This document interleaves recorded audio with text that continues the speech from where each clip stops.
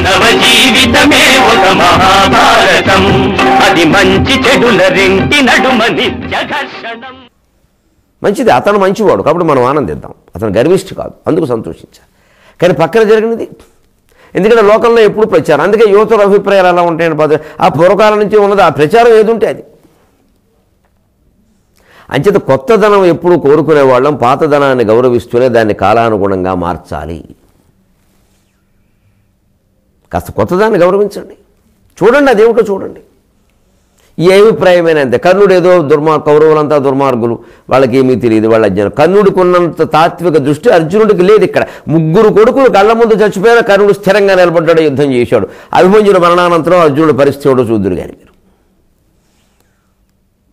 మన పూర్వం నుంచి ఉన్న అభిప్రాయాలే నిజమని అనుకోవద్దు. 7 బాణాలతో అర్జునుడు కర్ణుడిని నొప్పించి కర్ణుని యొక్క కుమారులు ముగ్గురని అతని కళ్ళ ముందే సంహరించాడు. అంతేకాదు, భీమ గదా భుజంగికి 10,000 మంది కర్ణ బంధువులు బలైపోయారు. 10,000 మంది కర్ణుని బంధుమిత్రులు, బంధుకోటి. తన తరఫు భార్య తరఫు పిల్లల తరఫు తమ్ముళ్ళ తరఫు అన్నదమ్ముల తరఫు మొత్తం ఏదో పాంచాల రాజబంధువుల్లో ఉన్నవాళ్ళు 10,000 మంది బలైపోయారు. దెబ్బ మీద దెబ్బ చూడండి కర్ణుడు తొడుతున్న భీమ సాత్యకి ధృష్టద్యుమ్నులు ఒక్కసారిగా కర్ణుడి మీద విరుచుకుపడి సారథి ఎరుగను శాపంబు విరుగను అన్నాడు తిక్క. సారథి చచ్చాడు, శాపం విరిగిపోయి. అతి కష్టం మీద దుర్యోధనుడు, ద్రోణుడు, సైంధవుడు ఇంతమంది వచ్చి సాయం చేస్తే కర్ణుడు బయటపడ్డాడు. ఇది 12వ రోజు యుద్ధక్రమం. ఏమైంది కర్ణుడి పరిస్థితి?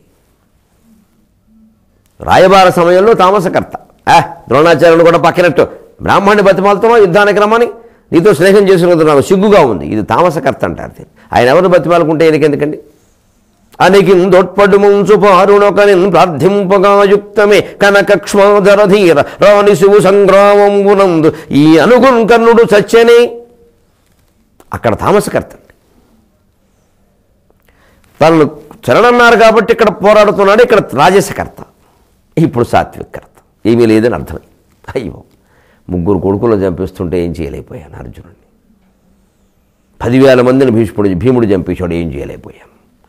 చివరికి ద్రోణుడి చేత దుర్యోధనుడి చేత ఇంకా వాళ్ళిద్దరైనా కొంచెం పర్వాలా, బలహీనుడు అనుకునే సైంధవుడు వచ్చి నన్ను కాపాడ్డాము, వాళ్ళ వల్ల బయటపడ్డాను.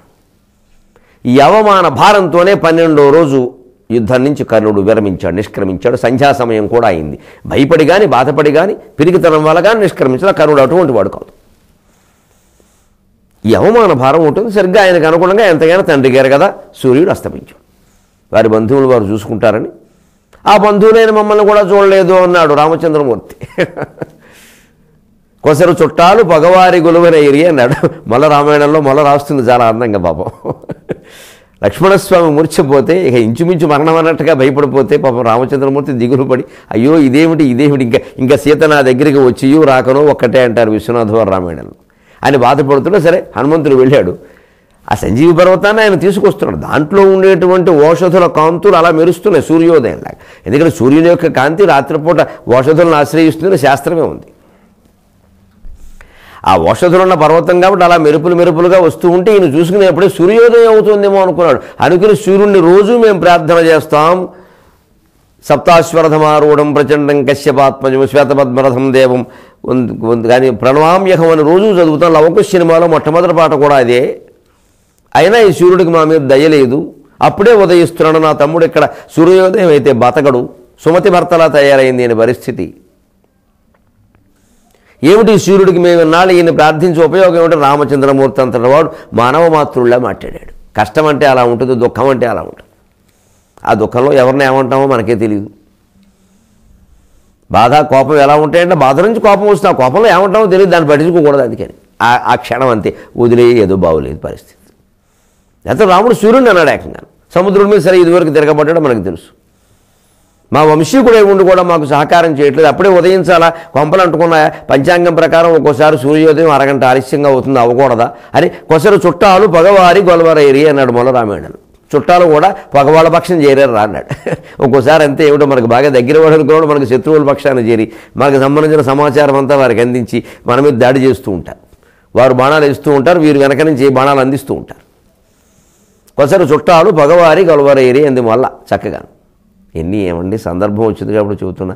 అటు విశ్వనాథని పేర్కొన్నాను, రామాయణాన్ని పేర్కొన్నాను, మొల్లని పేర్కొన్నాను. గమనించండి, మీకు తెలుసో తెలీదో చాలామందికి నేను ఇప్పుడు మొల్ల రామాయణం క్షుణ్ణంగా చదువుతున్నాను. విశ్వనాథ రామాయణం ఇదివరకే చదివాను. ఎప్పుడు మనం పుస్తకాలు చదువుతూ ఆ పుస్తకాల్లో మాటలు మన ప్రసంగాల్లో, మన చదువులో, మనం ఒకవేళ విద్యార్థిగా మనం ఉంటే మనం రాసే ప్రశ్నలు అక్కడక్కడ మీరు దీన్ని జోడించండి. మీరు ఉపాధ్యాయులు ఈ పరిజ్ఞానాన్ని మీరు ఎప్పుడో నిన్న రాత్రి చదివిన పుస్తకంలో విషయాన్ని ఎలాగో అలా కొత్త పాఠంలో జోడించి చెప్పండి. పాఠం ఎంత తాజాగా ఉంటుందో.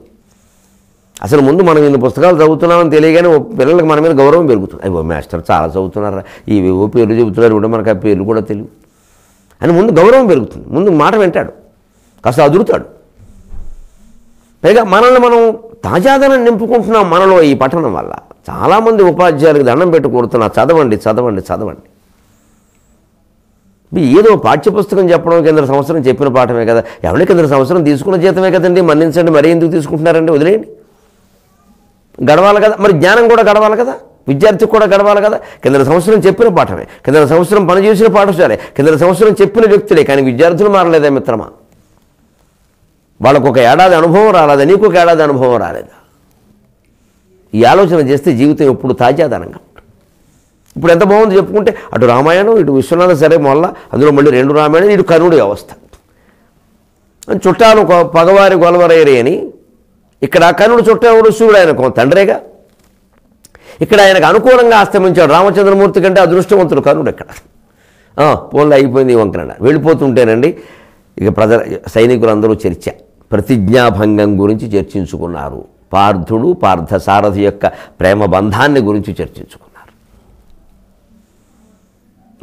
ఈ 2వ రోజు కూడా ద్రోణాచార్యుడు ఏం చేయలేకపోయాడు రా అనగానే వెంటనే రకరకాల వ్యాఖ్యాన. బ్రాహ్మలు అంతేరా అంటే ఎవడో. మనకి కాపరాలు తక్కువ, కామెంటరీలు ఎక్కువ కదా, వ్యవహారాలు తక్కువ, వ్యాఖ్యానాలు ఎక్కువ. బ్రాహ్మలు అంతేరా, రాజులైతే నువ్వు ఏదో పొడి చేసినట్టు చెబుతారు. ఇక్కడ ఇంకొకడేమో ఏమైనా ఒరే అలా కాదు, ఆయనకి కొంచెం పాండవ పక్షపాతం ఉందిలే. ఈ లోకుల అభిప్రాయాలు చాలా లోకులు పలుగాకులు, ఇవి ఏమీ నిజం కాదు. ఆ బ్రాహ్మణుడు చిత్తశుద్ధిగా ప్రయత్నం చేశాడు, ఆయన గెలవలేకపోయాడు. ఏం చేయమంటారు? చిత్తశుద్ధిగా ప్రయత్నం చేశాడు, అందులో ఏమీ లేదు.